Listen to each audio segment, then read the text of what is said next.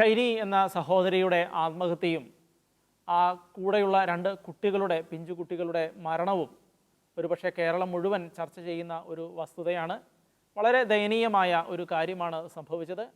ഇന്ന് നിലപാട് ചർച്ച ചെയ്യുന്നത് ഈ വിഷയമാണ്. എന്നോടൊപ്പം ചർച്ചയിൽ പങ്കെടുക്കുന്നത് റോസ്, അരുൺ.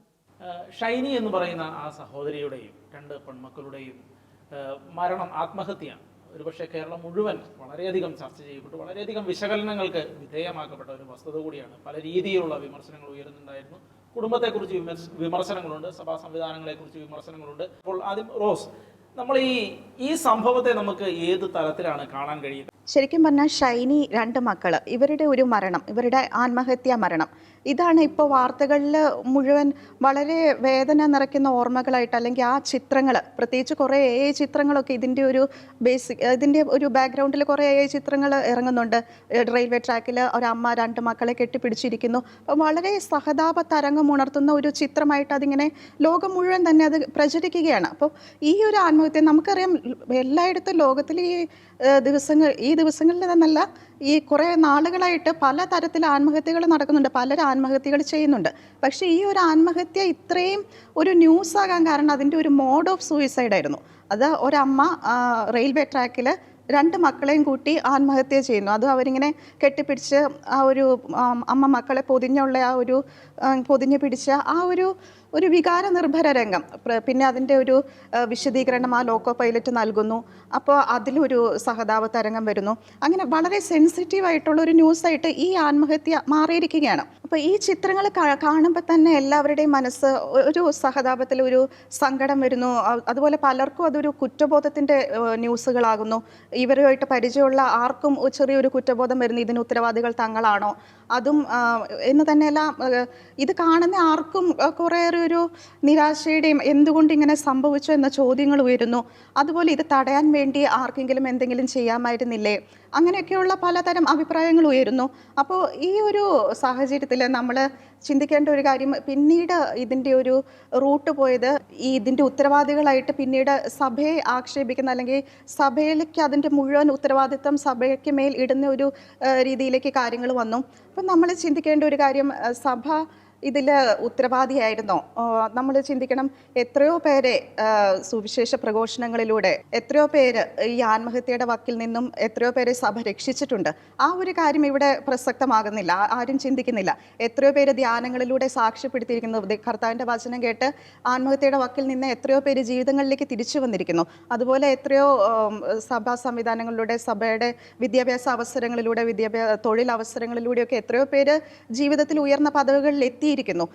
ഇതൊക്കെ മറന്നുകൊണ്ട് സഭയെ അടച്ചാക്ഷേപിക്കുന്ന ഒരു രീതിയിലേക്കാണ് ഇപ്പോൾ കാര്യങ്ങൾ എത്തി നിൽക്കുന്നത്. പക്ഷേ നമ്മൾ ആ വിമർശനം ഉന്നയിക്കുന്നവരെ അത് അങ്ങനെ വിമർശിക്കാൻ അവർക്ക് തന്നെ അർഹതയുണ്ടോ എന്ന് സ്വയം ഒന്ന് ചോദിക്കണം.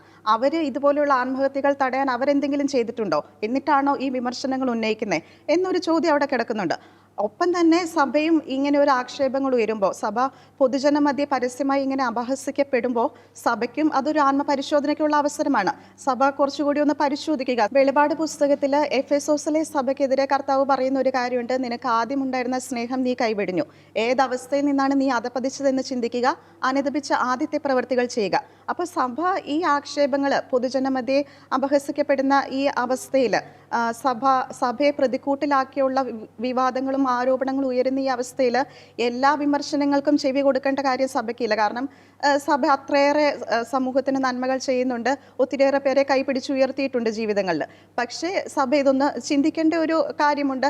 എപ്പോഴും വിമർശനങ്ങൾ ഇങ്ങനെ ഒരു പുനർവിചിന്തനത്തിനും പരിശോധനയ്ക്കുള്ള അവസരങ്ങളാക്കി നമുക്ക് എടുക്കാം. അപ്പോൾ വചനം പറയുകയാണ്, ഏതവസ്ഥയിൽ നിന്നാണ് അധപതിച്ചതെന്ന് ചിന്തിക്കുക, അനുദപിച്ച ആദ്യത്തെ പ്രവൃത്തികൾ ചെയ്യുക.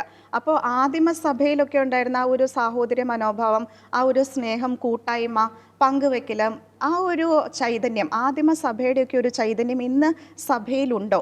അത്രയും ഒരു കൂട്ടായ്മയിലും പരസ്പരമുള്ള ഐക്യത്തിൽ, സാഹോദര്യത്തിൽ, പ്രാർത്ഥനയുടെ കൂട്ടായ്മ, അതുപോലെ വിശ്വാസ തീക്ഷ്ണത, ഇതൊക്കെ ഇന്ന് സഭയിലുണ്ടോ എന്ന് സഭയ്ക്ക് ചിന്തിക്കേണ്ട ഒരു സമയം കൂടിയാണ്.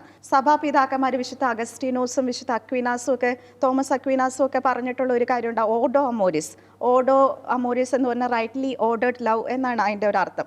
അതായത് സഭ എല്ലാവരെയും സ്നേഹിക്കുന്നു, എല്ലാവരെയും സ്വീകരിക്കുന്നു, എല്ലാവരെയും ആശ്ലേഷിക്കുന്നു എന്നതൊക്കെ സത്യം തന്നെ, അത് സഭയുടെ കടമയാണ്. പക്ഷേ അതിൻ്റെ ഒരു ഓർഡർ, സഭാപിതാക്കന്മാർ അതിൻ്റെ ഒരു ഓർഡറിനെ പറ്റി പറയുന്നുണ്ട്. ആദ്യം സ്വന്തം കുടുംബത്തിലുള്ളവരെ സ്നേഹിക്കുക, പിന്നെ കമ്മ്യൂണിറ്റീനെ ചേർത്ത് പിടിക്കുക, പിന്നീട് എല്ലാവരെയും ചേർത്ത് പിടിക്കുക. അപ്പോൾ ഈ ഒരു ഓർഡർ എല്ലാ കമ്മ്യൂണിറ്റികളും അവരവരുടെ കമ്മ്യൂണിറ്റിയിലുള്ളവരെ കൂടുതൽ ചേർത്ത് പിടിക്കുന്നു, അവരെ കൂടുതൽ സംരക്ഷിക്കുന്നു എന്നൊക്കെ ചെയ്യുന്നത് പോലെ തന്നെ, അല്ലെങ്കിൽ അതിലുപരി സഭയ്ക്കുള്ളിലുള്ളവരെ, സഭാ മക്കളെ കൂടുതൽ ചേർത്ത് പിടിക്കുക, അത് സഭയുടെ ഒരു കടമയാണ്. അതായത് സഭ ഒരു പ്രയോറിറ്റി സെറ്റ് ചെയ്യേണ്ട ഒരു ആവശ്യകത, അതാണ് ഈ സഭാപിതാക്കന്മാർ ഉദ്ദേശിച്ചത്. അത് സഭ എല്ലാവരെയും സ്നേഹിക്കുന്നു, എല്ലാവരെയും കരുതുന്നു എന്നതോടൊപ്പം തന്നെ അത് അംഗീകരിക്കുന്നതോടൊപ്പം തന്നെ അതിൻ്റെ ഒരു പ്രയോറിറ്റി സെറ്റ് ചെയ്യുക. അതായത് ക്രൈസ്തവ സമുദായ അംഗങ്ങളെ കൂടുതലായി ചേർത്ത് പിടിച്ച് അവരുടെ ഒരു ഉന്നമനത്തിനായിട്ട് കൂടുതൽ നടപടികൾ സ്വീകരിക്കുക, കൂടുതൽ അതിനെ ഒരു പ്രയോറിറ്റൈസ് ചെയ്യുക, അതാണ് ഉദ്ദേശിക്കുന്നത്. അല്ല, നമ്മൾ പുതിയ ഒരു കാലത്തിലേക്ക് നോക്കുമ്പോൾ ഒരുപാട് വെല്ലുവിളികൾ ഒരു രീതിയിൽ പറഞ്ഞു കഴിഞ്ഞാൽ, ഇപ്പം നമുക്കറിയാം പാലാ പിതാവ് ഈ നാർക്കോട്ടിക്കിനെ കുറിച്ച് പറഞ്ഞ ഒരു സമയത്ത് എല്ലാ വിഭാഗത്തിൽപ്പെട്ട ആളുകളും ഭയങ്കരമായിട്ട് എതിർക്കുന്ന ഒരു സാഹചര്യമുണ്ട്. രാഷ്ട്രീയ പാർട്ടികളടക്കം സംഘടനകളടക്കം എതിർക്കുന്ന ഒരു സാഹചര്യമുണ്ട്. പക്ഷേ ഇന്ന് മയക്കുമരുന്നിൻ്റെ അതിപ്രസരം മൂലം ഒരുപാട് കുടുംബങ്ങൾ തകർന്നുകൊണ്ടിരിക്കുകയാണ്, ഒരുപാട് കുട്ടികൾ വഴിയാധാരമായിക്കൊണ്ടിരിക്കുകയാണ് എന്നൊരു വസ്തുത ഇവിടെ നിലനിൽക്കുന്നുണ്ട്. പക്ഷേ അതിനെതിരെ ആരും ക്രിയാത്മകമായി പ്രതികരിക്കാൻ തയ്യാറാകുന്നില്ല എന്നുള്ളൊരു വസ്തുതയുണ്ട്. അതുപോലെ മദ്യത്തിൻ്റെ കാര്യം വരികയാണ്. മദ്യം ഇന്ന് വളരെ എങ്ങനെ സുലഭമാക്കാം എന്ന് സർക്കാരുകൾ ചിന്തിച്ചുകൊണ്ടിരിക്കുന്ന ഒരു കാലഘട്ടത്തിലേക്ക് മാറിക്കൊണ്ടിരിക്കുകയാണ്. അപ്പോൾ ഫാമിലികൾ അതിൻ്റെ കൂടെ തകർന്നുകൊണ്ടിരിക്കുകയാണ് എന്നും കുടുംബങ്ങൾ വഴിയാധാരമാക്കപ്പെടുകയാണ് എന്നും ആത്മഹത്യകൾ പെരുകാൻ തുടങ്ങുകയാണ് എന്നുള്ളതും ഒന്നും ഈ സർക്കാർ അടക്കമുള്ള സംവിധാനങ്ങളൊന്നും മനസ്സിലാക്കുന്നില്ല എന്നുള്ള വസ്തുത ഒരു വശത്ത് നിൽക്കുന്നുണ്ട്. അതുപോലെ തന്നെയാണ് ഇപ്പോൾ തൊഴിലില്ലായ്മയുടെ വസ്തുത എന്ന് പറയുന്നത്. നമ്മുടെ നാട്ടിൽ തൊഴിലില്ല എന്നുള്ളത്, തൊഴിൽ കിട്ടാനുള്ള അവസരം ഇല്ല എന്നുള്ളത് ഒരു യാഥാർത്ഥ്യമാണ്. ഒരുപാട് ആളുകളെല്ലാം പഠിച്ചവരാണ്, പക്ഷേ ഈ ആളുകൾക്കെല്ലാം തൊഴിൽ കിട്ടാനുള്ള അവസരം ഇല്ല എന്നുള്ളതും വിദേശത്തേക്ക് നാട് കടക്കുക എന്നുള്ളത് മാത്രമാണ് ചെയ്യാൻ പറ്റുന്ന ഏറ്റവും പ്രധാനപ്പെട്ട കാര്യം എന്നുള്ളതെല്ലാം ഇവിടെ പകൽ പോലെ വ്യക്തമാണ്. അതിനുവേണ്ടി സർക്കാരുകൾ ഒന്നും ചെയ്യുന്നില്ല എന്നുള്ളതെല്ലാം പകൽ പോലെ വ്യക്തമാണ്. പക്ഷേ ഇത്രയും ക്രൂരമായ കാര്യങ്ങൾ പലപ്പോഴും സർക്കാരുകൾ ചെയ്യുമ്പോൾ അതിനെക്കുറിച്ച് പ്രതികരിക്കാൻ കഴിയുന്നില്ല. അതൊക്കെ തന്നെയാണ് പലപ്പോഴും ഈ സമൂഹത്തിൽ ആത്മഹത്യയുടെ നിരക്ക് വർദ്ധിപ്പിക്കുന്നത് എന്നുള്ള വസ്തുത കൂടി നിലനിൽക്കുന്നത്. അപ്പോൾ അരുൺ, നമുക്ക് നോക്കുകയാണെങ്കിൽ ഒരുപക്ഷെ ഇപ്പോൾ ചില ആളുകളെ മാത്രം കുറ്റപ്പെടുത്തിയത് കൊണ്ടോ അതുപോലെ ചില സംവിധാനങ്ങളെ മാത്രം കുറ്റപ്പെടുത്തിയത് കൊണ്ടോ കാര്യം ഉണ്ടോ? കാരണം എന്താ വെച്ചാൽ ഇതിന്റെ പിന്നിൽ, കാരണം ഇനിയും ഒരുപാട് ഈ രീതിയിലാണ് പോകുന്നതെങ്കിൽ ഇനിയും ഒരുപാട് ആത്മഹത്യകൾ നടക്കുമെന്നുള്ളത് അത് നമ്മൾ പറയാതെ തന്നെ അത് വളരെ കൃത്യമാണ്, വ്യക്തവുമാണ്. ആത്മഹത്യയല്ല എല്ലാ പ്രശ്നങ്ങൾക്കുമുള്ള സൊല്യൂഷൻ എന്ന് നമ്മൾ പലപ്പോഴും മാധ്യമങ്ങളടക്കം എഴുതി കാണിക്കുന്നതാണ്. നമ്മൾ പറയാതെ തന്നെ മാധ്യമങ്ങളടക്കം എഴുതി കാണിക്കുന്നത് ആത്മഹത്യ സൊല്യൂഷൻ അല്ല. അപ്പോൾ ഏത് രീതിയിൽ നമുക്ക് എത്രത്തോളം കുറ്റപ്പെടുത്താനും അതുമല്ലെങ്കിൽ എത്രത്തോളം വിലയിരുത്താനും കഴിയും ഇത്തരത്തിലുള്ള പ്രവൃത്തികളെ? എങ്ങനെയാണ് നമുക്ക് വിലയിരുത്താൻ കഴിയുന്നത്? റോബിനെ, നമ്മളിപ്പോൾ ചർച്ച ചെയ്യുന്ന വിഷയം ഷൈനിയുടെയും മക്കളുടെയും ആത്മഹത്യയായിട്ട് ബന്ധപ്പെട്ടൊരു വിഷയമാണ്. ഇത് വളരെ സങ്കീർണമായൊരു വിഷയത്തെയാണ് വളരെ ലാഘവമായിട്ട് പലരും, അത് വികാരത്തിൻ്റെ അടിസ്ഥാനത്തിലാണ് പലരും ഈ വിഷയത്തെ ചർച്ച ചെയ്യുന്നത്. പക്ഷേ ഒരു ആത്മഹത്യ എന്ന് പറഞ്ഞു കഴിഞ്ഞാൽ അത് വളരെ അത് പഠിക്കുന്ന വ്യക്തികൾക്കറിയാം, ആത്മഹത്യകളെ കുറിച്ച് പഠിച്ച് മനസ്സിലാക്കാൻ നോക്കിയവർക്കറിയാം, അത് വളരെ സങ്കീർണമാണ്. പെട്ടെന്ന് നമുക്ക് അതിൻ്റെ ഒരു കാരണം കണ്ടെത്തുക എളുപ്പമല്ല.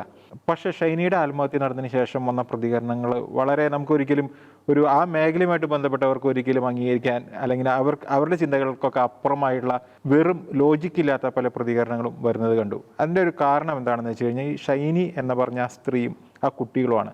ആ കുട്ടികളെ കണ്ടു കഴിഞ്ഞാൽ അത്രയും നിഷ്കളങ്കരായ ആ മുഖങ്ങൾ കാണുമ്പോൾ, അല്ലെങ്കിൽ ഷൈനിയെ കാണുമ്പോൾ, ഷൈനിയുടെ നിസ്സഹായ അവസ്ഥയെക്കുറിച്ച് നമ്മൾ മനസ്സിലാക്കുമ്പോൾ അതിൽ നിന്നുണ്ടാകുന്ന ഒരു വികാരപരമായ ഒരു എലമെന്റ് കൂടി ഇവിടെയുണ്ട്. കേരളത്തിലെ ഏകദേശം ഒരു 11,000 ആത്മഹത്യകൾ ഇപ്പോൾ ഈ വർഷങ്ങളിൽ നമ്മുടെ നാട്ടിൽ നടക്കുന്നുണ്ട്. അത് ഓരോ വർഷം കഴിയുമ്പോഴും കൂടിക്കൊണ്ടിരിക്കുകയാണ്. 2013 8,646 ആയത് 2023 10,972 ഉയർന്നു. എന്ന് പറഞ്ഞു കഴിഞ്ഞാൽ ഒരു ദിവസം 30 ആത്മഹത്യ കേരളത്തിൽ നടക്കുന്നുണ്ട്. ഈ 30 ആത്മഹത്യകളുടെയും കാരണങ്ങൾ നമ്മൾ അന്വേഷിച്ച് പോവുകയാണെങ്കിൽ ഓരോ ആത്മഹത്യക്കും അതിൻ്റേതായ കൃത്യമായ ഒരു കാരണം ഉണ്ടായിരിക്കും. ചില ആത്മഹത്യകളുടെ കാരണങ്ങൾ നമുക്ക് കണ്ടുപിടിക്കാൻ പോലും സാധിക്കില്ല. ആ ആത്മഹത്യ ചെയ്ത വ്യക്തിക്ക് ഒരുപക്ഷെ അതിലൊരു പ്രധാനപ്പെട്ട റോൾ ഉണ്ടാകാം. ഈ ആത്മഹത്യ ചെയ്ത വ്യക്തിയോട് ബന്ധപ്പെട്ട് കിടക്കുന്ന സംവിധാനങ്ങൾക്കോ അതുമായിട്ട് ബന്ധപ്പെട്ടവർക്കും ഇതിൽ റോൾ ഉണ്ടാവാം. അപ്പോൾ അതുകൊണ്ട് തന്നെ നമുക്ക് ഒരു ആത്മഹത്യയെ നമ്മൾ എടുക്കുമ്പോൾ, ഇപ്പോൾ ഷൈനിയുടെ ജീവിതത്തിലേക്ക് തന്നെ നമ്മൾ നോക്കുകയാണെങ്കിൽ, ഷൈനി ആത്മഹത്യ ചെയ്തത് ആദ്യം സാമ്പത്തികമായിട്ടുള്ള ബുദ്ധിമുട്ട് കാരണമാണെന്നുള്ള ഒരു പ്രചരണം വന്നു. 2, സഭയാണ് അതിന് ഉത്തരവാദി എന്നുള്ള രീതിയിലുള്ള പ്രചരണം വന്നു. 3, ഒടുവിൽ പോലീസ് എത്താൻ പോകുന്ന നിഗമനം ഷൈനി നിരാശയുടെ പടുകുഴിയിൽ അല്ലെങ്കിൽ ഷൈനിയെ നിരാശയിലേക്ക് നയിക്കുന്ന ചില എലമെൻറ്റുകൾ അതിൽ കളിച്ചു എന്നുള്ളതായിരിക്കും. അപ്പോൾ ഒന്ന് നോക്കി നോക്കുക, 15 വർഷം മുമ്പാണ് ഷൈനിയുടെ വിവാഹം കഴിഞ്ഞിരിക്കുന്നത്. 15 വർഷം മുമ്പ് വിവാഹം കഴിഞ്ഞ നോബി. ആ നോബി മദ്യപാനിയാണ്. മദ്യം കഴിച്ചു കഴിഞ്ഞാൽ നോബിയുടെ സ്വഭാവം മാറും. നോബി ഭാര്യയെ ക്രൂരമായിട്ട് ഉപദ്രവിക്കും. ഇങ്ങനെ 15 വർഷങ്ങളെ നോബിയെ സഹിച്ചാണ് ഷൈനി വളർന്നത്. ഷൈനിയുടെ മക്കൾ തന്നെ മറ്റുള്ളവരോട് പറഞ്ഞിട്ടുണ്ട്, നോബി ക്രൂരമായിട്ട് തങ്ങളുടെ അമ്മയെ ഉപദ്രവിക്കുന്ന കാര്യങ്ങൾ ഷൈനിയുടെ മക്കൾ പറഞ്ഞിട്ടുണ്ട്. അതുപോലെ തന്നെ ഷൈനിയുടെ ദേഹത്ത് പോലും നോബി ക്രൂരമായിട്ട് ആക്രമിച്ചതിൻ്റെ അടയാളങ്ങളുണ്ട്. അതായത് മദ്യപിച്ച് കഴിഞ്ഞു കഴിഞ്ഞാൽ നോബിക്ക് മറ്റൊരു സ്വഭാവമാണ്. അതിന് ഇരയാകുന്നത് എപ്പോഴും ഷൈനിയാണ്. ഇങ്ങനെ ഇരിക്കുന്ന അവരുടെ ദാമ്പത്യത്തിൽ 3 മക്കളുണ്ടാവുന്നുണ്ട്. ഇപ്പോൾ 15 വയസ്സുള്ള ഒരു മൂത്ത മകനുണ്ട്, 11ഉം 10ഉം വയസ്സുള്ള 2 പെൺമക്കൾ. അപ്പോൾ നമുക്ക് ചിന്തിക്കുകയാണെങ്കിൽ 15 വർഷത്തിനിടയിൽ തന്നെ വേണമെങ്കിൽ ഇപ്പോൾ ആത്മഹത്യയ്ക്ക് ഒരു കാരണം കണ്ടെത്തേണ്ടവർക്ക് ഷൈനിക്ക് ആത്മഹത്യ ചെയ്യാനുള്ള കാരണം വേണമെങ്കിൽ ഈ നോബിയുടെ പീഡനങ്ങൾ മാത്രം പറയാം. പക്ഷേ ഷൈനി അവിടെ ഉറച്ചു നിൽക്കുകയാണ്. ഇത്രയധികം ക്രൂരതകൾ ഷൈനി അനുഭവിച്ചിട്ടും ഷൈനി അതിൽ പിടിച്ചു നിൽക്കുന്നുണ്ട് എങ്കിൽ ഷൈനിയുടെ വിൽ പവർ, ഷൈനിയുടെ ആത്മബലം അത് വേറെയാണ്. അതുകൊണ്ട് തന്നെയാണ് ഷൈനിക്ക് പിടിച്ചു നിൽക്കാൻ കഴിഞ്ഞത്. ഇതിനുശേഷം കഴിഞ്ഞ 9 മാസം മുമ്പാണല്ലോ ഷൈനിയുടെ വീട്ടിലേക്ക് വരുന്നത്. വീട്ടിലേക്ക് വരുന്നതിൻ്റെ കാരണം ഷൈനിയുടെ അപ്പൻ പറയുന്നുണ്ട്. ആ പർട്ടിക്കുലർ ഡേയിലും ഷൈനിയുടെ ഭർത്താവ് വൈകിട്ടുള്ള സമയത്ത് ഷൈനിയെ ക്രൂരമായിട്ട് മർദ്ദിച്ചു. അത് കണ്ട് നോബിയുടെ തന്നെ ബന്ധുക്കളാണ് ഷൈനിയുടെ വീട്ടിൽ ചെന്ന് ഈ കാര്യം അറിയിക്കുന്നത്. അങ്ങനെയാണ് ആ ദിവസം തന്നെ രാത്രി 12 മണിയോടുകൂടി ഷൈനിയുടെ വീട്ടിൽ നിന്നും ഭർത്തൃ വീട്ടിൽ നിന്നും ഷൈനിയുടെ പിതാവ് കൂട്ടിക്കൊണ്ടുവരുന്നത്. ആ സമയത്ത് തന്നെ അദ്ദേഹം അതുമായിട്ട് ബന്ധപ്പെട്ട പോലീസിൽ പരാതി, അങ്ങനെയുള്ള എല്ലാ കാര്യങ്ങളും അദ്ദേഹം ചെയ്തിട്ടാണ് ഷൈനിയെ കൂട്ടിക്കൊണ്ടുവരുന്നത്. അപ്പോൾ ഇതിൻ്റെ 2ാം ഘട്ടം ഇവിടെ വെച്ച് തുടങ്ങുകയാണ്. ഇനി ഷൈനി ഒറ്റയ്ക്കാണ്. ഷൈനിയുടെ 2 പെൺമക്കൾ മാത്രമാണ് ഷൈനിയുടെ കൂടെയുള്ളത്. ഷൈനിയുടെ അപ്പനുണ്ട്. ഷൈനിയുടെ അമ്മ രോഗബാധിതയാണ്. ഇങ്ങനൊരു വീട്ടിലേക്ക് ഷൈനി വരുന്നു. ഇവിടെ വെച്ച് ഷൈനിയുടെ ഒരു പുതിയൊരു ജീവിതം അവിടെ കരുപിടിപ്പിക്കാൻ നോക്കുകയാണ്. ഒറ്റയ്ക്ക് നിന്ന് അല്ലെങ്കിൽ തൻ്റെ 2 പെൺമക്കളെ തനിക്ക് ഒറ്റയ്ക്ക് വളർത്താൻ കഴിയുമോ എന്നുള്ള പരീക്ഷണങ്ങളാണ് പിന്നെ ഷൈനി ചെയ്യുന്നത്. നമ്മളിവിടെ നോക്കുകയാണെങ്കിൽ ഷൈനിയുടെ സ്വന്തം വീട്ടിനേക്കാളും ഉയർന്ന സാമ്പത്തിക നിലയിലുള്ള വീടാണ് നോബിയുടേത്. അതുകൊണ്ട് തന്നെ നോബിയുടെ വീട്ടിൽ ഷൈനി ഒരു അടിമയെ പോലെ ജീവിച്ചു എന്നാണ് പറയപ്പെടുന്നത്. ഷൈനി BSc നഴ്സിംഗ് ഹോൾഡറാണ്. പക്ഷേ ഷൈനിക്ക് ജോലി ചെയ്യാനായിട്ട് ആ വീട്ടിൽ അവകാശം ഉണ്ടായിരുന്നില്ല. പക്ഷേ സിസേറിയനിലൂടെ ജനിച്ച 3 മക്കളുണ്ട്. ആ 3 മക്കളെ പരിപാലിച്ചും അതോടൊപ്പം തന്നെ നോബിയുടെ ഉയർന്ന ജോലിയും ഇതൊക്കെ ഉണ്ടായിരുന്ന സാഹചര്യത്തിൽ ഷൈനിയുടെ ഭർത്തൃ വീട്ടിൽ ജോലിക്ക് പോകേണ്ട ആവശ്യമുണ്ടായിരുന്നില്ലായിരിക്കാം. ഇനിയാണ് സംഭവങ്ങളുടെ ട്വിസ്റ്റ് ഉണ്ടാകുന്നത്. ഷൈനി ഒറ്റയ്ക്ക് പൊരുതാൻ ശ്രമിച്ചു. ഷൈനി ഏകദേശം 12ഓളം ആശുപത്രികളിൽ തനിക്ക് ജോലിക്കായിട്ട് അപേക്ഷിച്ചു. പക്ഷേ അവിടെ എല്ലായിടത്തും ഷൈനിയുടെ ആ ഇയർ ഗ്യാപ്പ് 9 വർഷത്തിലേറെ ഈ മേഖലയിൽ നിന്ന് വിട്ടുനിർത്തിയുള്ള ആ റീസൺ കാരണം ആയിരിക്കാം അവർക്ക് എല്ലായിടത്തും ജോലി നഷ്ടപ്പെട്ടു. ഇവിടെ കോട്ടയം അതിരൂപത നൽകിയ വിശദീകരണക്കുറിപ്പുകളിൽ നിന്ന് നമുക്ക് ചില കാര്യങ്ങൾ വായിച്ചെടുക്കാൻ സാധിക്കും. അതായത് ഷൈനിയുടെ ഭർത്താവിൻ്റെ വീട്ടിലെ അല്ലെങ്കിൽ ആ നാട്ടിലെ ഇടവക വികാരി അദ്ദേഹത്തിൻ്റെ റെക്കമെൻഡേഷനോടുകൂടിയും അതുപോലെ തന്നെ ഷൈനിയുടെ കാരിത്താസ് ഇടവകയിലെ വികാരിയുടെ റെക്കമെൻഡേഷനോട് കൂടിയിട്ടാണ് കാരിത്താസ് ആശുപത്രിയിൽ ഷൈനി ജോലിക്കായിട്ട് അന്വേഷിക്കുന്നത്. അവിടെ വെച്ചും ഇതേ ഇയർ ഗ്യാപ്പാണ് ഷൈനിക്ക് ഒരു പ്രതിബന്ധമായിട്ട് വരുന്നത്. ഈ വിഷയത്തിലാണ് കാരിത്താസ് പിന്നീട് പ്രതികൂട്ടിലാകുന്ന ഒരു സാഹചര്യം വന്നത്. കാരിത്താസ് ഷൈനിക്ക് ജോലി കൊടുത്തില്ല, നഴ്സിംഗ് ജോലി കൊടുത്തില്ല. പകരം നഴ്സിംഗ് അസിസ്റ്റന്റ് എന്ന പോസ്റ്റാണ് ഷൈനിക്ക് വെച്ച് നീട്ടിയത്. അതും ശമ്പളം കൂടാതെ ഷൈനി ജോലി ചെയ്യണം എന്നുള്ള വ്യവസ്ഥ അവർ വെച്ചു എന്നതാണ് ആദ്യം കാരിത്താസിനെതിരെ വന്ന ആരോപണം. പക്ഷേ കാരിത്താസ് കൊടുത്ത വിശദീകരണക്കുറിപ്പിൽ ഇങ്ങനെ പറയുന്നത്, അതായത് ഷൈനിയുടെ ഇയർ ഗ്യാപ്പ് പ്രശ്നം തന്നെയായിരുന്നു. അപ്പോൾ അതുകൊണ്ട് തന്നെ ഷൈനിക്ക് നഴ്സിംഗ് അസിസ്റ്റൻ്റായിട്ട് അവർ ജോലി കൊടുത്തു. കാരിത്താസിൽ ഏകദേശം 20,000 രൂപയാണ് നഴ്സിംഗ് അസിസ്റ്റൻറ്റിന് കൊടുക്കുന്ന സാലറി. എനിക്ക് മനസ്സിലാക്കാൻ കഴിഞ്ഞത് ഏകദേശം 21,000 രൂപയാണ് ഷൈനിക്ക് അവർ ഓഫർ ചെയ്തത്. പക്ഷേ വീട്ടിൽ പറഞ്ഞിട്ട് അറിയിക്കാമെന്ന് പറഞ്ഞ ഷൈനി പിന്നീട് അവിടേക്ക് വന്നില്ല. ഇതുമായിട്ട് ബന്ധപ്പെട്ട കാര്യങ്ങൾ അവിടുത്തെ അസിസ്റ്റന്റ് നഴ്സിംഗ് ഓഫീസർ ഷൈനിയെ അറിയിക്കുകയുണ്ടായി. പക്ഷേ ഷൈനി ആ ജോലിയിലേക്ക് പ്രവേശിക്കുന്നില്ല. അതിനുശേഷം അവിടെ വീടിന് തൊട്ടുള്ള റോസ മിസ്റ്റിക്ക എന്ന കെയർ ഹോമിലാണ് പിന്നീട് ഷൈനി ജോലിക്ക് പ്രവേശിക്കുന്നത്. അവിടെ വെച്ചിട്ട് ഷൈനിയുടെ ഫാദർ അദ്ദേഹത്തിൻ്റെ ചില നടപടികൾ മൂലം അവിടുത്തെ ജോലി ഷൈനിക്ക് നഷ്ടപ്പെടുകയോ അല്ലെങ്കിൽ ഷൈനിക്ക് അവിടുന്ന് പോരേണ്ട ഒരു സാഹചര്യം ഉണ്ടായി. അതിൻ്റെ ഡീറ്റെയിൽ എല്ലാം മാധ്യമങ്ങളിൽ വന്നു കഴിഞ്ഞതാണ്. ഇങ്ങനെ ഇരിക്കുന്ന സാഹചര്യത്തിലാണ് ഇറാഖിൽ റിഗിൽ വർക്ക് ചെയ്യുന്ന നോബി ലീവിന് വന്ന് വീണ്ടും 3 മാസം കഴിയുമ്പോഴാണ് പോയി വരുന്നത്. അങ്ങനെ മടങ്ങുന്ന ദിവസം രാത്രി 1 മണിയോട് കൂടിയിട്ട് നോബി ഷൈനിയെ വാട്സാപ്പ് കോളിലൂടെ വിളിച്ചു എന്നാണ് പറയുന്നത്. ആ സംഭവത്തിന് ശേഷം ഏകദേശം ഒരു 4 മണിക്കൂറിനുള്ളിലാണ് ഷൈനി ആത്മഹത്യ ചെയ്യുന്നത്. അപ്പോൾ ഇതെല്ലാം കണക്ട് ചെയ്ത് നോക്കുമ്പോൾ ആത്മഹത്യയിലേക്ക് നയിച്ച കാരണം എന്താണെന്ന് പോലീസിന് എത്രയും എളുപ്പത്തിൽ തന്നെ കണ്ടെത്താൻ കഴിയും. അവരതിൻ്റെ അന്വേഷണങ്ങളുമായിട്ട് മുന്നോട്ട് പോവുകയാണ്. ഇതിനിടയിൽ തന്നെ ഷൈനി ഡൈവോഴ്സുമായിട്ട് ബന്ധപ്പെട്ട കാര്യങ്ങൾ നീക്കുകയുണ്ടായി. പക്ഷേ നോബി അതിന് വില്ലിങ് ആയിരുന്നില്ല. അതുമായിട്ട് ബന്ധപ്പെട്ട കാര്യങ്ങളെ നോബി നിരുത്സാഹപ്പെടുത്തുന്നു. അപ്പോൾ ഡൈവോഴ്സ് നടന്നു കഴിയുകയാണെങ്കിൽ ഷൈനിയുടെ മക്കൾക്കുള്ള ജീവനാംശം അല്ലെങ്കിൽ ഷൈനിക്കുള്ള ജീവനാംശം അങ്ങനെ പല രീതിയിൽ ഷൈനിക്ക് ജീവിക്കാനുള്ള ഒരു അവസരം ലഭിക്കുമായിരുന്നു. ഇവിടെ മറ്റൊരു കാര്യം കൂടിയും പറയേണ്ടതുണ്ട്. അതായത് ഷൈനിയുടെ ഭർത്താവിൻ്റെ പിതാവിനെ ചികിത്സയ്ക്കായിട്ട് അതോടൊപ്പം തന്നെ വീട് പണിക്കുമായിട്ട് ബന്ധപ്പെട്ട് അവരൊരു ലോൺ എടുത്തിട്ടുണ്ടായിരുന്നു. അത് ഷൈനിയുടെ പേരിൽ കുടുംബശ്രീ ആ കൂട്ടായ്മയിൽ നിന്നാണ് അവർ ആ ലോൺ എടുത്തത്. ആ ലോണിൻ്റെ തിരിച്ചടവ് ഷൈനി ഡൈവേഴ്സുമായിട്ട് ബന്ധപ്പെട്ട കാര്യങ്ങളായിട്ട് മുന്നോട്ട് പോയപ്പോൾ ആ ലോണിൻ്റെ തിരിച്ചടവ് മുടങ്ങുകയാണ്. അതുവരെ നോബി അതുമായിട്ട് ബന്ധപ്പെട്ട പേയ്മെൻറ്റുകൾ ചെയ്തിരുന്നെങ്കിലും ഇങ്ങനെ ഒരു ഡൈവോഴ്സിലോട്ട് ഈ കാര്യങ്ങളെല്ലാം പോയതോടുകൂടി നോബി അതുമായിട്ട് ബന്ധപ്പെട്ട പേയ്മെൻറ്റ് നിർത്തി. പിന്നെ അതിൻ്റെ ബാധ്യതയും കൂടി ഷൈനിയുടെ മേലേക്ക് വരികയാണ്. ഏകദേശം 1,26,000 രൂപ അടയ്ക്കേണ്ട ബാധ്യതയും കൂടിയും ഷൈനിയുടെ മേലേക്ക് വരികയും അത് പിന്നീട് കേസാവുകയും എല്ലാം അങ്ങനെ ഒരു സംഭവം കൂടി ഇതിനിടയിൽ സംഭവിക്കുന്നുണ്ട്. അതുപോലെ തന്നെ ഷൈനിയുടെ സ്വന്തം മകനെ കൊണ്ടും ഷൈനിക്കെതിരെ കേസ് കൊടുത്തു എന്നൊരു ആരോപണം ഉയർന്നു വരുന്നുണ്ട്. അപ്പോൾ ഇതിൻ്റെ എല്ലാ സാഹചര്യത്തിലാണ് ഈ ഫാദർ ബോബി എന്ന് പറയുന്ന നോബിയുടെ സഹോദരൻ അദ്ദേഹത്തെ പ്രതികൂട്ടിലാക്കിയിട്ടുള്ള ആരോപണങ്ങൾ ഉയർന്നത്. ഈ വിഷയത്തെക്കുറിച്ചും കോട്ടയം അതിരൂപതയിൽ നിന്ന് വരുന്ന വിശദീകരണങ്ങൾ നമ്മൾ പരിശോധിക്കുമ്പോൾ നമുക്കറിയാൻ കഴിയുന്നത് ഈ നോബിയുടെ ഇടവകയിലെ വികാരി, അദ്ദേഹം കഴിഞ്ഞ വർഷമാണ് ചുമതലയേറ്റത്. അദ്ദേഹം ഈ കുടുംബവുമായിട്ട് ബന്ധപ്പെട്ട വിഷയം അറിഞ്ഞപ്പോൾ തന്നെ ഈ ഫാദർ ബോബിയുമായിട്ട് ബന്ധപ്പെട്ടിരുന്നു. ഈ വിഷയം പരിഹരിക്കുന്നതിന് വേണ്ടി ഫാദർ ബോബിയെ ഇതിൽ ഉൾപ്പെടുത്തിയിരുന്നു. ഈ ഫാദർ ബോബി ഈ വിഷയമായിട്ട് ബന്ധപ്പെട്ട് എങ്ങനെയാണ് പ്രവർത്തിച്ചിരിക്കുന്നത് എന്ന കാര്യം ഇപ്പോഴും നമുക്ക് വ്യക്തമല്ല. അദ്ദേഹം നോബിയുടെ കൂടെ നിന്നോ അതോ അദ്ദേഹം ഡൈവോഴ്സിന് വിരുദ്ധമായിട്ട്, അത് എല്ലാ വൈദികരും അങ്ങനെ തന്നെയാണ് ചെയ്യേണ്ടത്. അവർ കുടുംബത്തിലൊരു പ്രശ്നം ഉണ്ടെങ്കിൽ അത് നേരെ പോയിട്ട് ഡൈവോഴ്സിലേക്ക് നയിക്കുകയല്ല, അവരെ ചേർത്ത് നിർത്തേണ്ട അല്ലെങ്കിൽ അവരെ ഒന്നിപ്പിക്കേണ്ട നടപടികളാണ് എടുക്കേണ്ടത്. പക്ഷേ അദ്ദേഹം നോബിക്ക് പക്ഷം പിടിച്ചുകൊണ്ട് എന്തെങ്കിലും പ്രവർത്തികൾ ചെയ്തിട്ടുണ്ടോ? ഈ കാര്യങ്ങൾ ഇപ്പോൾ സഭ പരിശോധിച്ചുകൊണ്ടിരിക്കുകയാണ്. ഈ അച്ഛൻ കോട്ടയം അതിരൂപതയിലെ OSH കോൺഗ്രിഗേഷൻ എന്നുള്ള അച്ഛനാണ്. ഇപ്പോൾ അച്ഛൻ ഓസ്ട്രേലിയയിലാണ്, അവിടുത്തെ ഒരു രൂപതയിൽ വർക്ക് ചെയ്യുന്നു. ആ രൂപതയിലും അദ്ദേഹത്തിനെതിരെ പരാതി വന്നിട്ടുണ്ട്. അതുമായിട്ട് ബന്ധപ്പെട്ട അന്വേഷണങ്ങളും നടക്കുന്നു. OSH കോൺഗ്രിഗേഷൻ അതുമായിട്ട് സഹകരിക്കുന്നു.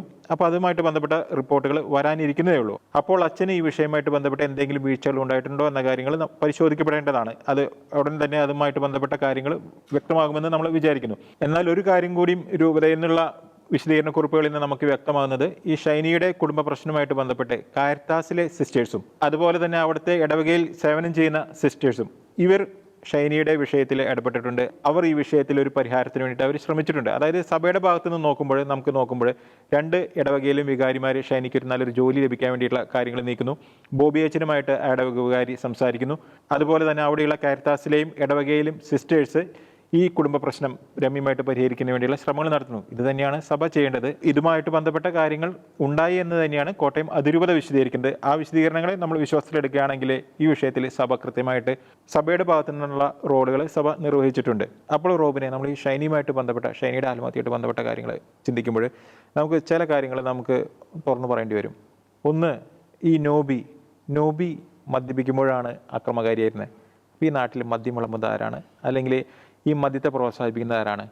മദ്യം എത്ര ഭവനങ്ങളെ തകർത്തിരിക്കുന്നു.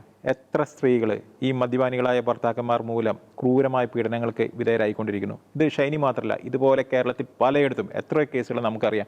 മദ്യം കഴിച്ചു കഴിഞ്ഞാൽ അവർ മറ്റൊരാളായി മാറുകയാണ്. ഈ അടിയും തൊഴിയും കഴിഞ്ഞ് നേരം വെളുക്കുമ്പോൾ അവർ പച്ചപാവങ്ങളായിട്ട് വീണ്ടും ജോലിക്കും പോകുന്നു. അപ്പോൾ അങ്ങനെയുള്ള എത്ര കുടുംബങ്ങളെ ഈ നമ്മുടെ സംവിധാനങ്ങൾ വളർത്തിക്കൊണ്ടിരുന്നു. അതുപോലെ തന്നെ ഈ ആത്മഹത്യകളെ തീർച്ചയായിട്ടും നമ്മൾ അതിൻ്റെ കാരണങ്ങളിലേക്ക് പോകണം, അതിൻ്റെ സൊല്യൂഷൻ ഉണ്ടാക്കണം. പക്ഷേ അതിനെ മഹത്വവൽക്കരിക്കുന്ന രീതിയിൽ ആ കാര്യങ്ങൾ പോയി കഴിഞ്ഞാൽ അത് ഈ നാട് എവിടെ കൊണ്ട് ചെന്നെത്തിക്കും? വികാരപരമായിട്ട് നമുക്ക് ഷൈനിയോടും ആ മക്കളോടും വളരെയധികം സഹതാപമുണ്ട്, സ്നേഹമുണ്ട്. പക്ഷേ ഒരു ആത്മഹത്യ ഒരു കാരണവശാലും പ്രൊമോട്ട് ചെയ്യാൻ പാടില്ല. അത് ദൈവം നൽകിയ ജീവനാണ്. അത് ദൈവത്തിലേക്ക് തന്നെ തിരിച്ചു പോകുന്ന സമയം വരെ, അതായത് ജീവൻ ഉത്ഭവിക്കുന്ന സമയം തൊട്ട് അതിൻ്റെ ദാതാവിലേക്ക് അത് തിരിച്ചു പോകുന്ന നിമിഷം വരെ അത് തൊടാൻ നമുക്ക് അവകാശമില്ല. അത് എൻ്റെ ജീവനാണെങ്കിലും ശരി, മറ്റുള്ളവരുടെ ജീവനാണെങ്കിലും ശരി. സ്വന്തം സഹോദരനെ ദൂഷിക്കുന്നവൻ പോലും കൊലപാതകി എന്നാണ് പറയുന്നത്, ബൈബിളിൽ പറയുന്നത്. അപ്പോൾ എത്രത്തോളം ഈ ജീവൻ്റെ മേൽ നമുക്ക് അവകാശമുണ്ട്? ഇപ്പോൾ ഈ ഷൈനിയുടെ കേസിൽ തന്നെ നമ്മളെല്ലാവരും പറയുന്നത് ഷൈനി ആത്മഹത്യ ചെയ്തു, മക്കൾ ആത്മഹത്യ ചെയ്തു എന്നുള്ള രീതിയിലാണ് നമ്മൾ പറയുന്നത്. മക്കൾ ആത്മഹത്യ ചെയ്യുകയാണോ ചെയ്തത്? ആ CCTV വീഡിയോ പരിശോധിച്ച് കഴിഞ്ഞാൽ നമുക്കത് മനസ്സിലാക്കാൻ കഴിയും. അപ്പോൾ ഷൈനി ആത്മഹത്യ ചെയ്തു, അതോടൊപ്പം തന്നെ 2 കുട്ടികളുടെ, പാവം പിഞ്ചു കുഞ്ഞുങ്ങളുടെ ജീവനും നഷ്ടപ്പെട്ടു. അപ്പോൾ ഇതിനെ അങ്ങനെ തന്നെ നമ്മൾ വ്യാഖ്യാനിക്കാനും നമ്മൾ ശ്രമിക്കണം. ഈ ആത്മഹത്യകൾ ഒന്നിനും ഒരു സൊല്യൂഷൻ അല്ല, അത് നമുക്ക് എല്ലാവർക്കും അറിയാം. പക്ഷേ നമ്മൾ ഈ മരണത്തെ അല്ലെങ്കിൽ ഈ ആത്മഹത്യയെ ഗ്ലോറിഫൈ ചെയ്യുമ്പോൾ സമൂഹത്തിൽ എന്താണ് സംഭവിക്കുക? ഈ ഷൈനിയുടെ അവസ്ഥയെക്കാളും, ഇപ്പോൾ ഷൈനിക്ക് 21,000 രൂപയാണല്ലോ കാരിത്താസ് ഹോസ്പിറ്റലിൽ ഓഫർ ചെയ്തത്. ഇവിടെ 4 അക്കത്തിൽ വർക്ക് ചെയ്യുന്ന അനേകരുണ്ട്. ഇവിടെ വർഷങ്ങളായിട്ട് ജോലിയില്ലാതെ കിടക്കുന്നവരുണ്ട്. കുടുംബം, വീടും എല്ലാം ജപ്തി ചെയ്യപ്പെട്ട് കിടക്കുന്ന ഒരുപാട് കുടുംബങ്ങളുണ്ട്. ഈ കുടുംബങ്ങളെല്ലാം, ഇവർക്കെല്ലാവർക്കും നമ്മൾ പറയാണ് ഇതാണ് സൊല്യൂഷൻ എന്ന് നമുക്ക് പറഞ്ഞു കൊടുക്കാൻ പറ്റുമോ? നിങ്ങൾക്കെല്ലാം ഇതാണ് സൊല്യൂഷൻ എന്ന് പറയാൻ പറ്റുമോ? നമ്മുടെ കേരളത്തെ പരിശോധിക്കുകയാണെങ്കിൽ ഒരു 10% പേരെങ്കിലും ഷൈനി ഫേസ് ചെയ്ത സാഹചര്യങ്ങളെക്കാൾ ദുരന്തപൂർണമായ സാഹചര്യങ്ങളിലൂടെ കടന്നു പോകുന്ന അനേകം ജീവിതങ്ങളുണ്ട്. അവർക്ക് നമ്മൾ ഹോപ്പ് കൊടുക്കുക വേണ്ടേ? അവർക്ക് നമ്മൾ ഇങ്ങനൊരു സൊല്യൂഷൻ പറഞ്ഞു കൊടുക്കല്ല വേണ്ടേ? ഒരിക്കലും ആത്മഹത്യ പ്രൊമോട്ട് ചെയ്യരുത്. പല പത്രവാർത്തകളും കണ്ടു ഈ ആത്മഹത്യയെ അതുപോലെ പ്രൊമോട്ട് ചെയ്തുകൊണ്ട് അവസാനം അവർ 4 വാചകം അതിൻ്റെ അടിയിൽ എഴുതി വെച്ചിരിക്കുകയാണ്: ആത്മഹത്യ ഒന്നിനും പരിഹാരമല്ല, ദിശയിലേക്ക് വിളിക്കുക, അത് ചെയ്യുക, ഇത് ചെയ്യുക. അതായത് അത് നിയമപരമായിട്ടുള്ള ഒരു കാര്യമായതുകൊണ്ട് അവരങ്ങനെ ചെയ്യുന്നു. പക്ഷേ അവർ ഇൻഡയറക്റ്റ്ലി ആത്മഹത്യയെ പ്രൊമോട്ട് ചെയ്യണു. അതുകൊണ്ടാണ് 2013 8,000 ഉണ്ടായിരുന്ന ആത്മഹത്യ 2023 10,000-നും 11,000-നും അടുത്തെത്തി. ഇനിയും ഇങ്ങനെ ആത്മഹത്യകളെ പ്രൊമോട്ട് ചെയ്ത് കഴിഞ്ഞാൽ ഈ മരണങ്ങൾ ഇനിയും കൂടും. ഈ ഷൈനിയുടെയും മക്കളുടെയും ആത്മഹത്യാ വിവരങ്ങൾ പുറത്തു വന്ന ആ ആത്മഹത്യ ചെയ്ത വാർത്ത ആദ്യം പുറത്തു വന്ന ആ നിമിഷം തൊട്ടുള്ള വാർത്തകൾ പരിശോധിക്കുകയാണെങ്കിൽ അതിലേക്കുള്ള പല കാരണങ്ങളും പല മാധ്യമങ്ങളും റിപ്പോർട്ട് ചെയ്യുന്നു. പലരെയും പഴിക്കുന്നു, പലരെയും പ്രതിക്കൂട്ടിലാക്കുന്നു. ഇങ്ങനെയൊക്കെയുള്ള വാർത്തകൾ പുറത്തു വരുമ്പോൾ നമ്മൾ ശ്രദ്ധിക്കേണ്ട ഒരു കാര്യം, ഈ ആത്മഹത്യ ചെയ്യാനുണ്ടായ യഥാർത്ഥ കാരണം എന്താണെന്ന് ഷൈനിക്ക് മാത്രമേ അറിയുള്ളൂ. ഇത് ഇവരാരും പറയാത്ത എന്തെങ്കിലും പേഴ്സണൽ കാര്യം, വേറെ ആർക്കും അറിയാത്ത കാര്യം ഷൈനയുടെ ജീവിതത്തിൽ ഉണ്ടായിരുന്നോ, അതുകൊണ്ടാണോ ആത്മഹത്യ ചെയ്തത്, ഇതൊക്കെ ഷൈനിക്ക് മാത്രമേ അറിയുള്ളൂ. അപ്പോൾ ഈ ന്യൂസുകൾ പുറത്തു വന്ന സമയം തൊട്ട് കാര്യങ്ങളുടെ സത്യാവസ്ഥ എന്താണെന്നോ അല്ലെങ്കിൽ അതൊന്ന് അന്വേഷിക്കാൻ പോലും തയ്യാറാകാതെ വന്ന മാധ്യമ റിപ്പോർട്ടുകളും അല്ലെങ്കിൽ ഒരു വികാര തരംഗത്തിലുണ്ടായ കുറേ ന്യൂസുകളും ഒക്കെ വെച്ചിട്ട് പലരെയും അടച്ചാക്ഷേപിക്കുന്ന ഒരു പ്രവണതയായിരുന്നു ഇതിൻ്റെ ഏറ്റവും ആദ്യത്തെ സ്റ്റേജിലുണ്ടായിരുന്നത്. ഈ ഒരു പ്രവണത ശരിക്കും അപലപിക്കേണ്ട ഒരു പ്രവണത തന്നെയാണ്. കാരണം കാര്യങ്ങളിലെ സത്യാവസ്ഥ എന്താണെന്ന് മനസ്സിലാക്കാതെ, എന്താണ് ഉണ്ടായത് എന്നറിയാതെ നമ്മൾ ആദ്യം കേട്ട ഒരു ആക്ഷേപങ്ങൾ അല്ലെങ്കിൽ ആദ്യം ആരിലേക്കാണോ കുറ്റം ചെന്ന് നിന്നത്, അങ്ങനെയല്ല ഇപ്പം നിലവിൽ കേസുകൾ നിയമ സംവിധാനങ്ങളിലൂടെ കേസുകളുടെ ചെന്നപ്പോൾ ഇപ്പോൾ കാര്യങ്ങൾ എത്തി നിൽക്കുന്ന അവസ്ഥ വേറെ ഒരു അവസ്ഥയാണ്. അപ്പോൾ ആ തുടങ്ങിയ സമയത്ത് ഈ വാർത്തകളും ആക്ഷേപങ്ങളും പ്രചരിച്ച ആ സമയത്ത് പ്രതിക്കൂട്ടയിലായവരൊക്കെ വെറുതെ ആക്ഷേപിച്ച ഒരു കാര്യങ്ങളാണ് നമ്മൾ കണ്ടത്. അതുപോലെ തന്നെ അരുൺ പറഞ്ഞതുപോലെ ഒരു ആത്മഹത്യയെ ഗ്ലോറിഫൈ ചെയ്യുന്ന ഇതായിരുന്നു ഉചിതമായ തീരുമാനം, ആ ഷൈനി എടുത്തതായിരുന്നു ഉചിതമായ തീരുമാനം, ആ കുഞ്ഞു മക്കളെ അവർ നേരിടാനിരുന്ന വേദനകളിൽ നിന്ന് ദുരിതങ്ങളിൽ നിന്നൊക്കെ ഷൈനി രക്ഷിച്ചു എന്നൊക്കെയുള്ള ഈ ആത്മഹത്യയെ ഭയങ്കരമായിട്ട് ഗ്ലോറിഫൈ ചെയ്യുന്ന, ഒരു രീതിയിലും ന്യായീകരിക്കാനാവാത്തതാണ് ആത്മഹത്യ. അരുൺ പറഞ്ഞതുപോലെ തന്നെ ജീവൻ തന്നതും ജീവൻ എടുക്കുന്നതും ദൈവമായിരിക്കണം. അപ്പോൾ ജീവൻ്റെ ആ ഉത്ഭവ നിമിഷം മുതൽ സ്വാഭാവിക മരണം വരെ അതിൽ ജീവനെ തൊടാൻ ഒരു മനുഷ്യനും അധികാരമില്ല. അപ്പോൾ ആ ഒരു ദൈവദത്തമായ സത്യത്തെ, ആ ഒരു മൂല്യത്തെ അതിൽ തികച്ചും താറടിക്കുന്ന ഒരു ആത്മഹത്യയെ ഗ്ലോറിഫൈ ചെയ്യുന്ന ഒരു പ്രവണതയെ നമ്മൾ ഇതിൽ കണ്ടു. അപ്പോൾ കാരണം എന്ത് തന്നെ ആയിക്കോട്ടെ, എന്തുകൊണ്ട് ഈ ഷൈനി മക്കളും ആത്മഹത്യ ചെയ്തു അല്ലെങ്കിൽ എന്തുകൊണ്ട് ആത്മഹത്യകൾ വർദ്ധിക്കുന്നു എന്നൊരു ചോദ്യം, അതിൻ്റെ ഒരു ബേസിക് കോസ് കിടക്കുന്നത് ഡിപ്രഷൻ ഇന്നത്തെ സമൂഹത്തിലെ ഒരു വിഷാദ രോഗം, ഇന്നത്തെ സമൂഹത്തിലെ ഏറ്റവും വലിയൊരു രോഗമായിട്ട് എല്ലാ വിദഗ്ധരൊക്കെ പറയുന്നത് വിഷാദ രോഗമാണ്.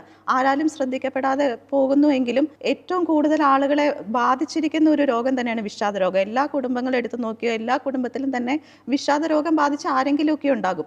അപ്പോൾ ഈ ക്രൈസ്തവരുടെ ആത്മഹത്യയുടെ മുഴുവൻ ആരോപണങ്ങളും ക്രൈസ്തവ സഭയുടെ മേൽ അല്ലെങ്കിൽ സഭയുടെ അധികാരികളുടെ മേൽ ആരോപിക്കുന്നതിന് മുൻപ് ക്രൈസ്തവ കുടുംബങ്ങളിൽ ഇന്ന് അവർക്ക് ഈ പണ്ടത്തെ കാലത്തൊക്കെ ഏത് സാഹചര്യത്തെ അതിജീവിക്കാൻ എല്ലാവരും ക്രൈസ്തവ കുടുംബങ്ങളിലെ അംഗങ്ങൾ പ്രാപ്തമായിരുന്നത് അവരുടെ ആ ഒരു കുടുംബ പ്രാർത്ഥനയുടെ അന്തരീക്ഷം, അവരുടെ ഒരു അടിയുറച്ച വിശ്വാസ ജീവിതം, കൂദാശകളിലുള്ള ജീവിതം, ഇതൊക്കെയായിരുന്നു ഉണ്ടായിരുന്നത്. ഇന്നത്തെ കുടുംബങ്ങളിൽ ഈ മൂല്യങ്ങളൊക്കെ നഷ്ടമാകുന്നത് തന്നെയാണ് ഈ ഡിപ്രഷനിലേക്ക് കുട്ടികളെ വഴുതിപ്പോകാൻ. അത് ഡ്രഗ്സിൻ്റെ ഉപയോഗം, അത് ഡിപ്രഷൻ്റെ വേറൊരു കാരണമാണ്. ഈ ആരും അറിയാതെയുള്ള ഡ്രഗ്സിൻ്റെ ഉപയോഗം വളരെയധികം ഡിപ്രഷനിലേക്ക് കുട്ടികളെ നയിക്കുന്നു. അപ്പോൾ ഇങ്ങനത്തെ കാരണങ്ങളൊക്കെ ക്രൈസ്തവ കുടുംബങ്ങളിൽ ക്രൈസ്തവ മൂല്യങ്ങൾ ശോഷണം, വിശ്വാസ ജീവിതത്തിന് ഒരു ആഴമില്ലാത്ത, വേരുകളില്ലാത്ത അവസ്ഥ, ഇതൊക്കെയാണ് ക്രൈസ്തവ കുടുംബങ്ങളിൽ ഇന്ന് ആത്മഹത്യ വർദ്ധിക്കാനുള്ള ഒരു കാരണം. ഇടവക വൈദികർക്ക് കുടുംബങ്ങളിലെ ഈ വിശ്വാസ ശോഷണത്തെ അതിജീവിക്കാൻ അല്ലെങ്കിൽ അതിനെ മറികടക്കാനായിട്ട് ഇടവക വൈദികർക്ക് നല്ലൊരു പങ്കുണ്ട്. അവർക്ക് കുടുംബങ്ങളെ വീണ്ടും ആ വിശ്വാസ ചൈതന്യത്തിലേക്ക് പുനരുദ്ധരിക്കാനൊക്കെ അവർക്ക് കഴിയും, അവർക്ക് ഒരു പരിധി വരെ കഴിയും. പക്ഷേ ഈ സഭ എന്ന പേരിൽ വൈദികരെ മാത്രമായിട്ട് നമ്മൾ മാറ്റി നിർത്തരുത്. സഭയുടെ വൈദികരോട് സഹകരിക്കാനും അല്ലെങ്കിൽ വൈദികർ നൽകുന്ന അവസരങ്ങൾ, വിശ്വാസത്തിൽ കുട്ടികളെ വളർത്താനുള്ള അവസരങ്ങൾ വൈദികർ നൽകുമ്പോൾ അതിനോട് സഹകരിക്കാനും അത് പ്രയോജനപ്പെടുത്താനും സഭ മക്കൾ, കുടുംബത്തിലെ അംഗങ്ങളും അവരും തയ്യാറാകണം. സഭ എന്ന് പറയുന്നത് വൈദികരോ ബിഷപ്പുമാരോ സന്യസ്തരോ മാത്രമല്ല, അത് അൽമായർ ഉൾപ്പെടുന്ന നമ്മൾ ഓരോരുത്തരും ഉൾപ്പെടുന്ന നാമാണ് സഭ എന്ന സത്യം എല്ലാവരും തിരിച്ചറിയണം. റോസി പറഞ്ഞ വിഷാദരോഗത്തിൻ്റെ കാര്യം വളരെ കറക്റ്റായിട്ടുള്ള ഒരു കാര്യമാണ്. നമ്മൾ പരിശോധിക്കേണ്ട ഇതാണ്, ഈ ഷൈനി ഇതാദ്യമായിട്ടാണോ ആ റെയിൽവേ ട്രാക്കിലേക്ക് വരുന്നത്? കാരണം ഷൈനി കാണുന്ന അല്ലെങ്കിൽ ഷൈനിക്ക് പരിചിതമായ ഏരിയയിലല്ല ഷൈനിയുടെ ബോഡി കണ്ടെത്തിയത്. അതായത് ഷൈനി നടന്ന് പോയിട്ടുള്ളത് മറ്റൊരു സ്ഥലത്തേക്കാണ്, ആരും കാണാത്ത മറ്റൊരു സ്ഥലത്തേക്കാണ്. ഈ സ്ഥലത്തെക്കുറിച്ച് ഷൈനി മുൻപ് അന്വേഷിച്ചിട്ടുണ്ടോ? ഷൈനിയും കുട്ടികളും തമ്മിൽ, അല്ലെങ്കിൽ ആ കുട്ടികൾക്കും പരിചിതമായ ഒരു സ്ഥലമായിരുന്നോ ഷൈനി മരിക്കാനായിട്ട് സെലക്ട് ചെയ്ത സ്ഥലം? അങ്ങനെയാണെങ്കിൽ ഉറപ്പാണ് ഷൈനി ഇതിനു മുമ്പേ അത്തരമൊരു ചിന്തയിലേക്ക് അല്ലെങ്കിൽ അത്തരമൊരു അവസ്ഥയിലേക്ക് ഷൈനി എപ്പോഴോ മാറിക്കഴിഞ്ഞിട്ടുണ്ട്. അതിനെ ട്രിഗർ ചെയ്യുന്ന നടപടികളായിരിക്കാം ഒരു പക്ഷേ നോബിയുടെയോ അല്ലെങ്കിൽ ഷൈനിയുടെ കുടുംബത്തിൻ്റെയോ അല്ലെങ്കിൽ നോബിയുടെ കുടുംബത്തിൻ്റെ എവിടെ നിന്നാണെന്ന് അറിഞ്ഞുകൂടാ, പക്ഷേ മിക്കവാറും നോബിയുടെ ഭാഗത്തു നിന്നായിരിക്കാം ഉണ്ടായിട്ടുണ്ടായിരിക്കാൻ സാധ്യതയുള്ളത്. ഇത്തരം ആത്മഹത്യകൾ പലപ്പോഴും നടക്കുന്ന സമയവും ഈ സമയവും ഏകദേശം ഷൈനി 4 മണി 4:30 കൂടിയാണ് കുട്ടികളെയും കൊണ്ടുപോകുന്നത്. അപ്പോൾ ഒരു 4 മണി സമയത്തെങ്കിലും ഷൈനി ഉണർന്നിട്ടാണ് ഇരിക്കുന്നത്. ഒരുപക്ഷെ ആ രാത്രി ഷൈനി ഉറങ്ങിയിട്ടുണ്ടായിരിക്കാനും സാധ്യതയില്ല. അപ്പോൾ ഇതെല്ലാം ആത്മഹത്യയിലേക്ക് നയിക്കുന്ന പല പല കാരണങ്ങൾ. നമ്മൾ പലപ്പോഴും പറയുന്നത് ചിലരുടെ കുത്തുവാക്കുകൾ, ചിലരുടെ ഇടപെടലുകളിലുള്ള വീഴ്ചകൾ, പക്ഷേ ഇതൊന്നും ആയിരിക്കണമെന്നില്ല ആത്മഹത്യക്കുള്ള പെട്ടെന്നുള്ള കാരണം. നമുക്കറിയാലോ, ഷൈനി എല്ലാ ദിവസവും കുർബാനയ്ക്ക് പോകുന്ന വ്യക്തിയാണ്. എല്ലാ ദിവസവും പുലർച്ചെ 5:30 കുർബാനയ്ക്ക് പോകണമെങ്കിൽ ആ വ്യക്തി വിശ്വാസത്തിൽ അടിയുറച്ചൊരു വ്യക്തിയായിരിക്കണം. ആ വ്യക്തി അവളുമായിട്ട് ബന്ധപ്പെട്ട ഇടവകകളിൽ അവരുടെ വൈദികരുമായിട്ട് ബന്ധപ്പെട്ട്, സിസ്റ്റേഴ്സുമായിട്ട് ബന്ധപ്പെട്ട് അവരൊക്കെ ആയിട്ട് അടുപ്പം സൂക്ഷിക്കുന്ന ഒരു വ്യക്തിയാണ്. അപ്പോൾ ആത്മീയ തലത്തിൽ അവരൊരിക്കലും ഏറ്റവും താഴെ തട്ടിൽ നമുക്ക് പറയാൻ സാധിക്കുകയില്ല. അവർ ആത്മീയമായിട്ട് ഉയർന്നു നിൽക്കെ തന്നെ അവരെ നിരാശയുടെ രൂപത്തിൽ എന്തൊരു സ്വാധീനം അവരുടെ ജീവിതത്തിന് ചെലുത്തിയിട്ടുണ്ട്. അതുകൊണ്ടായിരിക്കാം അവർക്ക് അവരെ തന്നെ നിയന്ത്രിക്കാൻ സാധിക്കാതെ, അവരുടെ വിൽ പവറിനെയോ അവരുടെ അതുവരെയുള്ള ജീവിത സാഹചര്യങ്ങളെ അവർ നേരിട്ട രീതികളെയോ അതൊന്നും അവർക്ക് സഹായകമാകാതെ അവർ പെട്ടെന്ന് തന്നെ ഇത്തരമൊരു തീരുമാനത്തിലേക്ക് നിമിഷ നേരം കൊണ്ട് അത്തരത്തിൽ തീരുമാനത്തിലെടുക്കുന്നു. അതിലേക്ക് അവരുടെ മക്കളെയും കൂടിയും അതിലേക്ക് കൂട്ടിക്കൊണ്ടുപോകുന്നു. ഇതൊരു വശം. അതുപോലെ തന്നെ റോസ് പറഞ്ഞ രണ്ടാമത്തെ ഒരു കാര്യമാണ് സഭയുടെ സംവിധാനങ്ങൾ കുറ്റപ്പെടുത്തുന്ന ഒരു വിഷയം. ഇവിടെ ഒരു കാര്യം ശ്രദ്ധിക്കേണ്ടത്, ഷൈനിയുടെ മരണവുമായിട്ട് ബന്ധപ്പെട്ട് മാധ്യമങ്ങളല്ല, ഒരുപക്ഷെ ഓൺലൈൻ മാധ്യമങ്ങളുണ്ടായിരിക്കാം, പക്ഷേ പ്രമുഖ മാധ്യമങ്ങളൊന്നും അതുമായിട്ട് ബന്ധപ്പെട്ട് പിന്നെയുള്ള ദിവസങ്ങളിൽ നമ്മൾ കാര്യമായ രീതിയിലൊന്നും വാർത്തകൾ കണ്ടില്ല. സഭയ്ക്കെതിരെയുള്ള നിലപാടുകൾ വന്നത് ക്രിസ്ത്യൻ കമ്മ്യൂണിറ്റിയുടെ ഉള്ളിൽ നിന്ന് തന്നെയാണ്. നമ്മൾ സോഷ്യൽ മീഡിയയിൽ എഴുതിയിരിക്കുന്ന കമൻറ്റുകളെല്ലാം നോക്കിക്കഴിഞ്ഞാൽ കാണാൻ സാധിക്കും. ഇത് മുഴുവൻ ക്രിസ്ത്യൻ കമ്മ്യൂണിറ്റിയിൽ നിന്നാണ് ഇതിലെ 80-90% കമൻറ്റുകൾ വന്നിരിക്കുന്നത്. അപ്പോൾ എന്തുകൊണ്ടാണ് ക്രിസ്ത്യൻ കമ്മ്യൂണിറ്റി ഇങ്ങനെ ഈ ഒരു വിഷയത്തിൽ പ്രതികരിച്ചത്? അത് നമ്മൾ വിമർശനാത്മകതയോട് കൂടിയിട്ട് അത് പരിശോധിക്കേണ്ട ഒരു കാര്യമാണ്. എന്തുകൊണ്ട് സഭയുടെ ഒരു സ്ഥാപനവുമായിട്ട് ബന്ധപ്പെട്ട് അല്ലെങ്കിൽ സഭയുടെ സ്ഥാപനങ്ങളോട് ക്രിസ്ത്യാനികൾക്ക് അല്ലെങ്കിൽ ക്രൈസ്തവർക്ക് സ്ഥാപനങ്ങളോട് അവർക്കതിൻ്റെ മതിപ്പ് നഷ്ടപ്പെടുന്നു? കാരണം അത്തരം പല അനുഭവങ്ങളിലൂടെ കടന്നു പോയിട്ടുള്ള ഒരുപാട് ജീവിതങ്ങളുണ്ട്. സഭയുമായിട്ട് ചേർന്ന് നിന്നിട്ട് തങ്ങൾക്ക് വേണ്ട ഒരു സമയത്ത്, അവസരം ലഭിക്കേണ്ട ഒരു സമയത്ത് തങ്ങളെ തഴഞ്ഞ അനുഭവങ്ങൾ അവർക്കുണ്ട്. ചില സ്ഥാപനങ്ങളുടെ മേധാവികൾ ആ സ്ഥാപനത്തിന് ഉടമയേക്കാൾ കഷ്ടമായിട്ട് അവരോട് പെരുമാറിയ ചില സന്ദർഭങ്ങളുണ്ട്, ചില വിഷയങ്ങളുണ്ട്. ചില പണവുമായിട്ട് ബന്ധപ്പെട്ട ചില വിഷയങ്ങളുണ്ട്. ഇപ്പോൾ അലീന ബേബിയുമായിട്ട് ബന്ധപ്പെട്ട് മരണമുണ്ടായപ്പോഴും ഇതേ വിവാദങ്ങളുണ്ടായി. സഭ കൃത്യമായിട്ട് വിശദീകരണം തന്നു, അവരുടെ കയ്യിൽ നിന്ന് ഒരു പൈസ പോലും വാങ്ങിയിട്ടില്ല. അവരുടെ കുടുംബങ്ങളും ആ ഒരു ആരോപണമായിട്ട് പിന്നീട് വരുന്നതും നമ്മൾ കണ്ടില്ല. പക്ഷേ സഭയുടെ പല സ്ഥാപനങ്ങളിൽ നിന്നും നേരിട്ട അനുഭവങ്ങൾ ഉള്ളിലുള്ളവരാണ് ഈ പ്രതികരണങ്ങളിലേക്ക് ആദ്യം വരുന്നത്. സഭയോട് വെറുപ്പുള്ള ക്രിസ്ത്യാനികളുണ്ടായിരിക്കാം, പക്ഷേ ഇത്തരം ദുരനുഭവങ്ങൾ ഒരുപാട് ഉണ്ടായിട്ടുള്ളവർ അവർ ഇത്തരം സംഭവങ്ങളെ ഈ രീതിയിൽ തന്നെ കാണുകയുള്ളൂ. അവർക്ക് ആദ്യം ചിന്തിക്കുന്നത് അവരുടെ അനുഭവങ്ങൾ വെച്ചിട്ടാണ്. അവർക്കുണ്ടായ അല്ലെങ്കിൽ അവരുടെ ബന്ധുക്കൾക്കുണ്ടായ, അവരുടെ ബന്ധുക്കളോട് സഭയുടെ അല്ലെങ്കിൽ ഈ സ്ഥാപനങ്ങളുടെ ചില മേലധികാരികൾ പെരുമാറിയ ആ ദുരനുഭവങ്ങൾ, ആ ചിന്തകൾ അവരെ ഇത്തരം പോസ്റ്റുകളിലേക്ക് അല്ലെങ്കിൽ പെട്ടെന്ന് തന്നെ അവർക്ക് ഇങ്ങനെയുള്ള തെറ്റായ ചില നിഗമനങ്ങളിലേക്ക് എത്താൻ അവരെ പ്രേരിപ്പിച്ചിട്ടുണ്ട്. കാലഘട്ടങ്ങൾ മാറുകയാണ്. കാലഘട്ടത്തിനനുസരിച്ച് മനുഷ്യരുടെ സ്വഭാവങ്ങൾ മാറുകയാണ്. ആത്മഹത്യകൾ പെരുകുകയാണ്. നമ്മൾ അല്പം മുൻപ് ആത്മഹത്യകൾ പെരുകിയതിൻ്റെ കണക്കുകൾ നമ്മൾ കേൾക്കുകയുണ്ടായി. ഈ രീതിയിൽ മുന്നോട്ട് പോവുകയാണെങ്കിൽ ഇനിയും ഒരുപാട് ആത്മഹത്യകൾക്ക് കേരളം വേദിയാകേണ്ട, സാക്ഷ്യം വഹിക്കേണ്ട സാഹചര്യം ഉണ്ടാകുമെന്നുള്ള കാര്യം ഏറെക്കുറെ ഉറപ്പാണ്. അപ്പോൾ അടിയന്തരമായി ഇതുപോലുള്ള മാറിയ കാലഘട്ടത്തിനനുസരിച്ച് ജീവിത സാഹചര്യങ്ങളെ ആളുകൾക്ക് അഭിമുഖീകരിക്കുവാനുള്ള ഒരു പ്രത്യാശ നൽകുവാനുള്ള നടപടികളാണ് സഭയുടെ ആണെങ്കിലും ഗവൺമെൻറ്റിൻ്റെ ആണെങ്കിലും എല്ലായിടത്തു നിന്നും നമ്മൾ പ്രതീക്ഷിക്കുന്നത്. അതുപോലുള്ള ഒരു രീതിയിലേക്ക് നമ്മുടെ സമൂഹത്തിൻ്റെ കാഴ്ചപ്പാട് മാറേണ്ടിയിരിക്കുന്നു. ആത്മഹത്യ ഒന്നിനും പരിഹാരമല്ല എന്നുള്ളത് വീണ്ടും വീണ്ടും നമ്മൾ എടുത്ത് പറയേണ്ടതാണ്. ആത്മഹത്യ ചെയ്തതുകൊണ്ട് ഒന്നും പ്രത്യേകമായിട്ട് ഒരു മാറ്റവും സംഭവിക്കാൻ പോകുന്നില്ല. ജീവിതം പോയി എന്നുള്ളതല്ലാതെ, മക്കളുടെ ജീവിതം പോയി അല്ലെ കുടുംബത്തിൻ്റെ ജീവിതം ഇല്ലാതായി എന്നുള്ളതിനും അപ്പുറത്ത് പ്രത്യേകിച്ച് ഒന്നും സംഭവിക്കാൻ പോകുന്നില്ല എന്നുള്ള കാര്യം കൂടി ഓർത്തിരിക്കുക. മറ്റൊരു വിഷയവുമായി നമുക്ക് വീണ്ടും കണ്ടുമുട്ടാം. നന്ദി, നമസ്കാരം.